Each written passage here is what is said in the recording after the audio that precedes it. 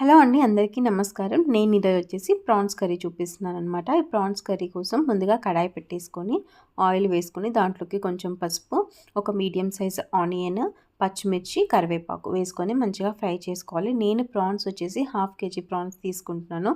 దానికి నాకు medium size onion అయితే సరిపోతుంది. తర్వాత వచ్చేసి దీంట్లోకి అల్లం వెల్లుల్లి పేస్ట్ యాడ్ చేసుకోవాలి. నాన్ వెజ్లోకి ఎప్పుడైనా సరే అల్లం వెల్లుల్లి పేస్ట్ అనేది ఫ్రెష్గా గ్రైండ్ చేసుకున్నది అయితేనే చాలా బాగుంటుందన్నమాట. టేస్ట్ కూడా ఎన్హాన్స్ అవుతుంది కర్రీకి.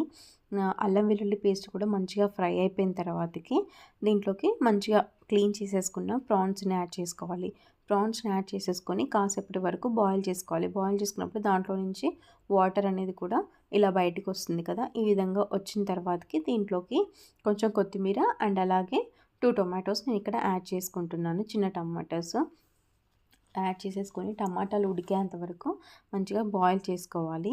దీంట్లో వచ్చేసి సాల్ట్ కూడా ఇక్కడే యాడ్ చేసేస్తున్నాను. సాల్ట్, టమాటా, కొంచెం కొత్తిమీర యాడ్ చేసేసి ఒక 10 to 15 మినిట్స్ వరకు మంచిగా బాయిల్ చేసుకోవాలి.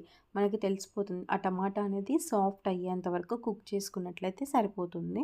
దాని తర్వాత కారం యాడ్ చేస్తున్నాను. మన స్పైసీకి తగినట్టుగా కారం యాడ్ చేసేసుకొని ఒకసారి మంచిగా మిక్స్ చేసేసుకోవాలి. మిక్స్ చేసిన తర్వాతకి మనకి ఎంత గ్రేవీ కావాలో అంత వాటర్ అయితే యాడ్ చేసేసుకోవాలి. యాడ్ చేసేసుకొని ఒకసారి కలిపిన తర్వాతకి 1 టేబుల్ స్పూన్ ధనియా పౌడర్ వేస్తున్నాను.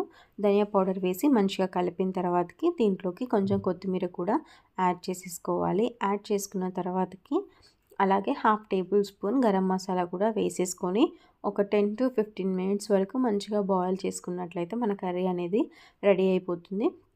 మీకు ఎంత గ్రేవీ కావాలో అంత గ్రేవీ వరకు వాటర్ అనేవి యాడ్ చేసేసుకోవాలి. గరం మసాలా ఇష్టం లేని వాళ్ళు స్కిప్ చేసేయచ్చు. సో ఇదైతే కర్రీ చాలా అంటే చాలా టేస్టీగా ఉంటుంది. చపాతీలో కూడా బాగుంటుంది, గ్రేవీతో చేస్తున్నాం కాబట్టి. Thanks for watching.